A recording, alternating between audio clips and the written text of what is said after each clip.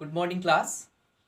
हमने अपने पिछले लेक्चर में बात किया था आइसोबार आइसोटोन्स के बारे में, और उसके पहले हम लोगों ने बात किया था आइसोटोप्स के बारे में। आज हम लोग पढ़ने चल रहे हैं एक बहुत ही प्यारा और नया टॉपिक का नाम है एटॉमिक मॉडल्स।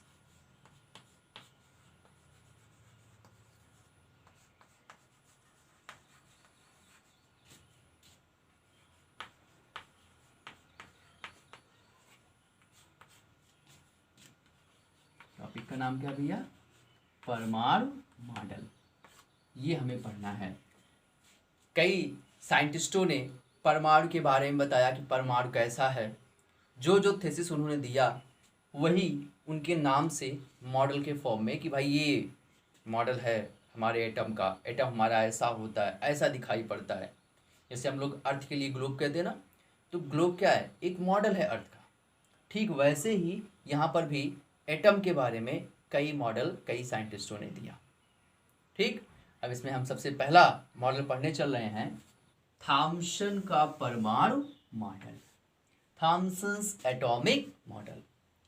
थॉम्सन साहब ने कहा क्या? जे थॉम्सन है, उन्होंने कहा क्या कि भाई जिस तरह से तरबूज में लाल गूजा पूरी तरह से तरबूज में फैला होता है, ठीक वैसे ही जो हमारा एटम है उस एटम में पॉजिटिव पार्टिकल्स फैले होते हैं। जो भी पॉजिटिव पार्टिकल्स हैं वो पूरे के पूरे एटम में पूरी तरह से फैले होते हैं, जैसे तरबूज में लाल गूजा। उसके बाद जिस तरह से तरबूज में जो काले काले बीज होते हैं वो धसे होते हैं उस लाल गूजे के अंदर, ठीक वैसे ही हमारे जो इलेक्ट्रॉन्स हैं वो क्या होते हैं? पॉजिटिव पार्टिकल्स के बीच में धसे होते हैं। यह परमाणु मॉडल हमारे थॉम्सन साहब ने 1904 में प्रस्तुत किया था, और इन्होंने जो पूरा का पूरा बेसिस लिया है, एक वाटरमेलन को लिया हुआ है, एक तरबूज को लिया हुआ है। इसीलिए इनके इस परमाणु मॉडल को तरबूज मॉडल या वाटरमेलन परमाणु मॉडल कहा जाता है। इनका जो एटॉमिक मॉडल है ये क्या कहलाता है? वाटरमेलन एटॉमिक मॉडल, क्योंकि इन्होंने जो भी बातें कही पूरी की पूरी तरबूज से जोड़ करके कही हुई है। ठीक, तो ये पूरी की पूरी ये पूरा का पूरा आपका है थॉम्सन्स एटॉमिक मॉडल। इसके बाद 1911 में जब रदरफोर्ड साहब ने अल्फा स्कैटरिंग एक्सपेरिमेंट किया तो उसके थ्रू उन्होंने कई पॉइंट्स बताए। उसमें इन्होंने बताया कि भाई परमाणु तो ठोस है ही नहीं, लेकिन इस एटॉमिक मॉडल के अकॉर्डिंग देखा जाए तो यहाँ पे दिखाई पड़ रहा है कि परमाणु क्या है? पूरी तरह से ठोस है। जबकि उन्होंने क्या बताया? उन्होंने कहा कि भैया इसमें बहुत ज़्यादा स्पेस है, there is a huge empty space in an atom. भाई आपके एटम में ढेर सारा एम्प्टी स्पेस है, खाली स्थान है। लेकिन यहाँ से देखा जाए तो ऐसा नहीं है। तो इनकी जो प्रॉब्लम्स थी इसको रदरफोर्ड साहब ने अपने एटॉमिक मॉडल में दूर किया, और 1911 में एक बहुत ही प्यारा सा atomic model alpha scattering experiment के बेसिस पर दिया। वो क्या है आगे देखते हैं। ठीक, तो भैया रदरफोर्ड एटॉमिक मॉडल में क्या कहा गया उसके बारे में देखते हैं। रदरफोर्ड साहब ने जो बेसिस लिया है वो क्या लिया है? Alpha scattering experiment. इन्होंने इसी को बेस बनाया है और इसी के आधार पर अपना एक परमाणु मॉडल प्रस्तुत किया, जो ये बताता है कि थॉम्सन साहब का जो परमाणु मॉडल था उसमें कितने दोष थे। इन्होंने पहला बात बताया कि हमारा जो परमाणु है वो क्या भैया? गोलाकार है, अति सूक्ष्म है, माइन्यूट है, और इसके पास क्या होता है? एम्प्टी स्पेस होता है, खाली स्थान होता है। कि हमारा जो परमाणु है वो गोलाकार है, अति सूक्ष्म है और ढेर सारा खाली स्थान रखता है। ये पहली बात कही आपके रदरफोर्ड साहब ने। दूसरा इन्होंने कहा कि हमारा जो एटम है, इस एटम का टोटल पॉजिटिव चार्ज और नियरली टोटल मास, किसका कुल धनावेश और लगभग कुल द्रव्यमान एक विशेष भाग में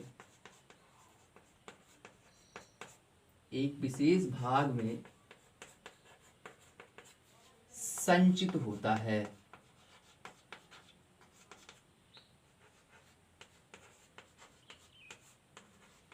कहें कि the total positive charge and nearly total mass of an atom conserved at a specific portion which is called, जिसे आप क्या कहते हो भैया, परमाणु का नाभिक कहते हो, न्यूक्लियस कहते हो, which is called the nucleus of the atom। इसे ही परमाणु का क्या कहते हैं, नाभिक कहते हैं। और इसकी जो साइज होती है, इसका आकार, इसकी साइज किसकी तुलना में, परमाणु की तुलना में, परमाणु की तुलना में बहुत कम होती है, बहुत छोटा होता है, smaller in size in compare to atom. आप यहां से अंदाजा लगा सकते हो कि जो आपका एटम है, इसकी जो रेडियाई होती है वो 10⁻⁸ सेंटीमीटर के ऑर्डर की होती है, ठीक। और जो आपका न्यूक्लियस होता है, इसका जो रेडियस होता है वो 10⁻12 से 10⁻14 सेंटीमीटर के ऑर्डर की होती है। तो यहाँ से आप खुद ही अनुमान लगा सकते हैं कि यहाँ पे दोनों के आकार में क्या अंतर है, ठीक। तो ये कंडीशन कही गई आपके एटॉमिक मॉडल में। पहला कहे क्या कि आपका एटम क्या है, गोलाकार है, अति सूक्ष्म है और खाली स्थान रखता है। वहीं पे दूसरा इन्होंने कहा कि इसका जो टोटल पॉजिटिव चार्ज है, समधनावेश और कुल द्रव्यमान लगभग एक विशेष भाग में संचित होता है, जिसे हम परमाणु का क्या कहते हैं, नाभिक कहते हैं, न्यूक्लियस कहते हैं। और इसका जो आकार होता है परमाणु की तुलना में बहुत छोटा होता है कि the size of the nucleus is very small in compare to the atom. आप एग्जाम्पल के तौर पे आप देख सकते हो कि इसकी जो रेडियस होती है, इसका ऑर्डर 10⁻⁸ सेंटीमीटर का, और इसका जो ऑर्डर है 10⁻12 से 10⁻14 सेंटीमीटर का होता है। इसीलिए फर्मी लेवल का होता है, ये एंगस्ट्रॉम लेवल का होता है। तो दोनों में बहुत अंतर है, आप यहाँ से बोल सकते हो, ठीक। तीसरी बात उन्होंने कहा कि हमारे परमाणु में दो कण पाए जाते हैं, एक इलेक्ट्रॉन और दूसरा प्रोटॉन। प्रोटॉन जो है आपका वो कहाँ पाया जाता है, नाभिक में, क्योंकि समस्त द्रव्यमान आप क्या करो भैया, केंद्र वाले भाग में निहित है, जिसे क्या कहते हैं, नाभिक कहते हैं। तो प्रोटॉन पूरा का पूरा नाभिक में पाया जा रहा है, और इलेक्ट्रॉन क्या कर रहे हैं, ये नाभिक के चारों ओर, नाभिक के चारों ओर चक्कर लगाते हैं।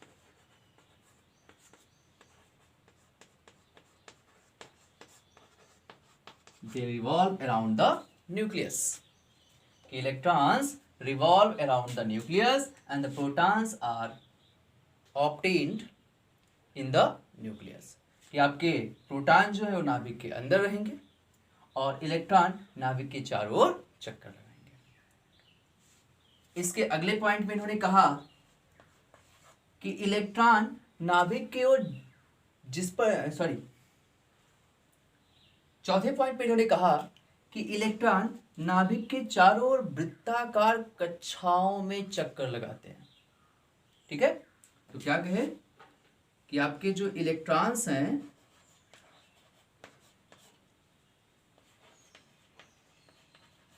इलेक्ट्रॉन नाभिक के चारों ओर वृत्ताकार पथ पर चक्कर लगाते हैं भैया, वृत्ताकार पथ पर चक्कर लगाते हैं। इनका जो रिवोल्यूशन है वो क्या है, सर्कुलर है। The electrons revolve around the nucleus at a circular path, कि एक वृत्ताकार पथ पर ही क्या कर रहे हैं, चक्कर लगा रहे हैं। और इसी पथ को नाम दिया गया क्या, जिस पथ पर ये चक्कर लगा रहे हैं इसे कहा गया कक्षाएं। इसे इन्होंने क्या कहा, कक्षाएं कहा, ऑर्बिट्स कहा। ठीक, तो चौथे पॉइंट में कहा कि इलेक्ट्रॉन क्या करते हैं, नाभिक के चारों वृत्ताकार पथ पर चक्कर लगाते हैं, और इन वृत्ताकार पथों को ही क्या कहा गया, कक्षाएं कहा गया, जिनकी संख्या क्या है, असीमित है। अनंत वृत्ताकार कक्षाएं पाई जाती हैं, वृत्ताकार पथ पाए जाते हैं, या कह सकते हैं असीमित कक्षाएं पाई जाती है नाभिक के चारों ओर जो खाली स्थान है उसमें, उसी पे आपके इलेक्ट्रॉन क्या करते हैं, चक्कर लगाते हैं। ठीक, तो इसका चौथा पोस्टुलेट यही था कि आपके जो इलेक्ट्रॉन है इसमें इन्होंने कहा दिया कि नाभिक के चारों ओर चक्कर लगाते हैं। कैसे चक्कर लगाते हैं, इसमें इन्होंने कहा कि इलेक्ट्रॉन नाभिक के चारों ओर वृत्ताकार पथ पर चक्कर लगाएंगे। जो वृत्ताकार पथ हमें मिल रहे हैं इनकी संख्या असीमित है, और इन वृत्ताकार पथों को ही हम कक्षाएं कहते हैं। अर्थात नाभिक के चारों ओर असीमित कक्षाएं पाई जाती हैं। क्लियर। इसके बाद क्या कहा इन्होंने, इसके बाद इन्होंने कहा पांचवें पॉइंट में कि भाई अभी आप कह रहे हो कि इलेक्ट्रॉन क्या है, निगेटिवली चार्ज्ड है, और आपका जो नाभिक है वो क्या है, न्यूक्लियाई। न्यूक्लियाई आपका क्या है, पॉजिटिवली चार्ज्ड है। तो यहां पर इलेक्ट्रॉन नाभिक के चारों ओर चक्कर तो लगा रहा है, क्यों, क्योंकि यहाँ पे ये बंधे हुए हैं किससे, फोर्स ऑफ अट्रैक्शन से। कौन से, इलेक्ट्रोस्टैटिक फोर्स ऑफ अट्रैक्शन से, वैद्युत बल के आकर्षण से क्या हो रहा है, इलेक्ट्रॉन नाभिक की ओर चक्कर लगाता है। अब इसको भाई यदि एक बल केंद्र की ओर लग रहा है, नाभिक की ओर लग रहा है, तो यदि स्टेबल होना है, उसी वृत्ताकार कक्षा में रहना है, तो भाई कोई और बल लगना चाहिए जिसको क्या करे, संतुलित करे। तो क्योंकि यहाँ पे हम कह रहे हैं कि इलेक्ट्रॉन वृत्ताकार पथ पर गति कर रहा है, वृत्ताकार पथ पर गति करता है, तो आप कहते हो कि इस कंडीशन में केंद्र से बाहर की ओर, क्योंकि नाभिक क्या है, सेंटर पोर्शन है, इसी के चारों ओर चक्कर लगाया जा रहा है, तो इस कंडीशन में केंद्र की ओर तो ये बल लग गया, इलेक्ट्रोस्टैटिक फोर्स लग गया, जिसके थ्रू ये बधा हुआ है, इसी के चारों ओर चक्कर लगा रहा है। तो कहें बाहर की ओर कौन सा बल कार्य करता है जब वृत्ताकार पथ पर कोई पार्टिकल का चक्कर लगाता है, क्या बोलते हैं उसे, हाँ उसे बोलते हैं हम अपकेंद्र बल। क्या बोलते हैं, अपकेंद्र बल। तो जो अपकेंद्र बल लगता है वह अपकेंद्र बल इस लगने वाले आकर्षण बल को क्या करता है, संतुलित कर देता है। ठीक, तो ये कंडीशन भी इन्होंने बताया कि भाई इलेक्ट्रॉन नेगेटिवली चार्ज्ड है, नाभिक आपका पॉजिटिवली चार्ज्ड है, तो इस कंडीशन में इन पर इलेक्ट्रोस्टैटिक फोर्स ऑफ अट्रैक्शन लगता है, जिसको बैलेंस करता है आपका सेंट्रीफ्यूगल फोर्स, जिसे आप क्या कहते हो, अपकेंद्र बल। और यह क्यों हुआ, क्यों उत्पन्न हुआ, क्योंकि आप कह रहे हो कि इलेक्ट्रॉन नाभिक के चारों ओर सर्कुलर पाथ पर रिवोल्यूट कर रहे हैं, इनका जो रिवोल्यूशन है वो सर्कुलर पाथ पे है। तो हम जानते हैं कि कोई कण वृत्ताकार पथ पर गति कर रहा है, सर्कुलर पाथ पर मूव कर रहा है, तो उस कंडीशन में सेंटर से बाहर की ओर सेंट्रीफ्यूगल फोर्स कार्य करता है, और सेंटर की ओर सेंट्रीपिटल फोर्स, जिसे आप कहते हो अभिकेंद्र बल। तो अभिकेंद्र बल के रूप में यहाँ पे काम कर रहा है इलेक्ट्रोस्टैटिक फोर्स ऑफ अट्रैक्शन, और उसके अपोज में है आपका सेंट्रीफ्यूगल फोर्स, अपकेंद्र बल। ठीक। अगला पॉइंट इन्होंने क्या कहा कि यहां पर देखा जाए तो हम कह रहे हैं कि नाभिक के चारों ओर कौन चक्कर लगा रहा भैया? इलेक्ट्रॉन। यह ठीक बात वैसे ही है जैसे सूर्य के चारों ओर चक्कर लगाते हैं कौन? ग्रह। कि जिस तरह से सूर्य के चारों ओर ग्रह चक्कर लगा रहे हैं, ठीक वैसे ही नाभिक के चारों ओर इलेक्ट्रॉन चक्कर लगाते हैं। इसीलिए रदरफोर्ड साहब के इस परमाणु मॉडल को नाम दिया गया क्या? सौर ग्राही, सौर ग्रही एटॉमिक मॉडल या परमाणु model.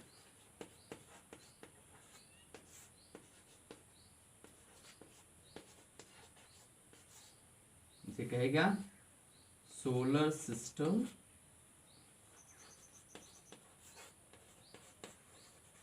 Atomic model.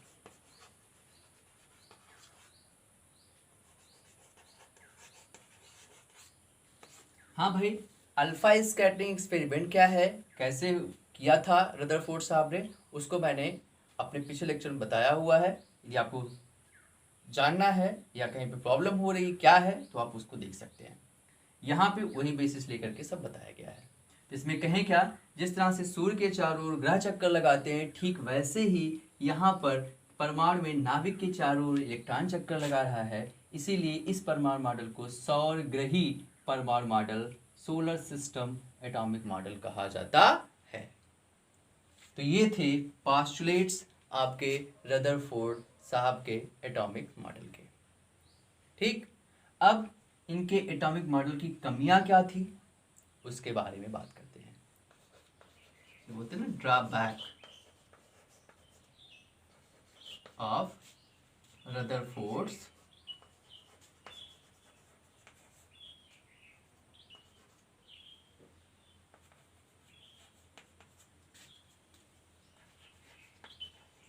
Atomic model. कि रदरफोर्ड के एटॉमिक मॉडल की क्या क्या कमियां हैं उसके बारे में देखते हैं।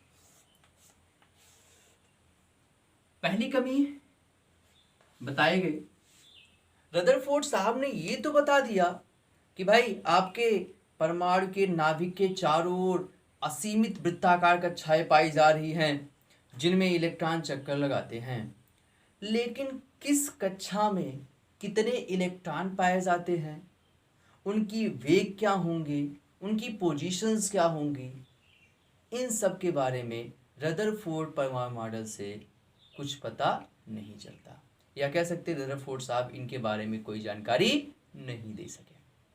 पहली चीज तो पहली कमी थी ये कि भाई कक्षाएं तो पाई जाती हैं, लेकिन किस कक्षा में कितने इलेक्ट्रॉन पाए जाएंगे, उनके वेग क्या होंगे, उनकी पोजीशंस क्या होंगी, इसके बारे में ये जानकारी नहीं दे पाए। दूसरा, मैक्सवेल साहब ने कहा, मैक्सवेल साहब का विद्युत गतिकी सिद्धांत है, उस सिद्धांत के अनुसार कि कोई आवेशित कण लगातार चक्कर लगा रहा है तो उस दशा में वह क्या करता है, विकिरण का उत्सर्जन करता है। उस दशा में वह विकिरण का क्या करेगा, उत्सर्जन करेगा, और विकिरण का उत्सर्जन करेगा तो धीरे धीरे उसकी ऊर्जा में क्या होगी, कमी होगी। और यदि ऊर्जा में कमी होगी तब तो भैया क्या होना चाहिए कि आपका जो इलेक्ट्रॉन है, यदि आपका नाभिक है तो उसकी कंडीशन कुछ ऐसी होनी चाहिए कि आपका इलेक्ट्रॉन जो यहां पर था लगातार जब चक्कर लगा रहा है तो इस कंडीशन में वो धीरे धीरे कहाँ आना चाहिए, वो धीरे धीरे नाभिक में आकर के गिर जाना चाहिए, क्योंकि भाई धीरे धीरे उसकी ऊर्जा क्या होगी, कम होती जाएगी। कम होती जाएगी तो क्या होगा, वो नाभिक के पास पहुंचता जाएगा। आपके न्यूक्लियस के जब पास पहुंचना शुरू कर देगा तो उस दशा में उसकी ऊर्जा घटते घटते घटते घटते क्या हो जाएगी, इतनी कम हो जाएगी कि वो क्या हो जाए, नाभिक में गिर जाए। जब रदरफोर्ड साहब से पूछा गया भाई ऐसा क्यों नहीं होता, तो इसके बारे में भी वो कोई जवाब नहीं दे सके। ठीक, तो ये इनका दूसरा दोष था। तीसरे पॉइंट में कहा गया भैया कि यदि कोई कण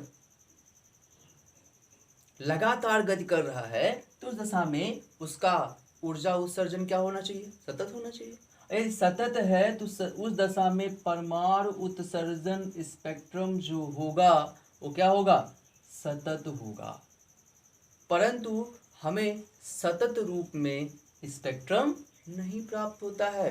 उसमें क्या होता है? अलग अलग रेखाएं प्राप्त होती हैं, अलग अलग लाइंस प्राप्त होती हैं, कुछ ऐसी, कुछ ऐसी, कुछ ऐसी, कुछ ऐसी, इस तरह से। यहाँ पे देखा जाए तो कॉन्टिन्यूस स्पेक्ट्रा नहीं मिल रहा है, डिस्क्रीट स्पेक्ट्रा मिल रहा है कि अलग अलग पार्ट वाइज मिल रहा है, टूटा हुआ। जबकि होना क्या चाहिए था? कॉन्टिन्यूस, एक फॉर्म में आगे बढ़ते जाना चाहिए था, लेकिन ऐसा नहीं मिलता। जब रदरफोर्ड साहब से पूछा गया कि भैया ये क्या बात है, क्यों नहीं मिल रहा है, तो इसके बारे में भी वह कोई जवाब नहीं दे सके। तो ये ड्रॉबैक थी आपके रदरफोर्ड एटॉमिक मॉडल के। लेकिन कुछ अशुद्धियों को, जो अशुद्धियां थी थॉमसन साहब की, उसको तो इन्होंने दूर ही कर दिया। अब इनकी ये जो कमियां हैं इनको दूर करते हैं बोर साहब। बोर साहब अपना एक परमाणु मॉडल देते हैं जिसमें इनकी जो ये ड्रॉबैक्स हैं इनको दूर करते हैं, और उनका जो एटॉमिक मॉडल है वो बेस्ड है प्लैंक के क्वांटम थ्योरी पर। जब वो प्लैंक का क्वांटम थ्योरी यूटिलाइज करते हैं तो कई चीज़ें अपने आप ही क्लियर हो जाती हैं कि ये सतत परमाणु उत्सर्जन स्पेक्ट्रम क्यों नहीं होता, ये क्या है, वगैरह वगैरह। तो उसके बारे में हमें पढ़ना है, लेकिन उसकी पढ़ाई करेंगे हम लोग अपने अगले लेक्चर में।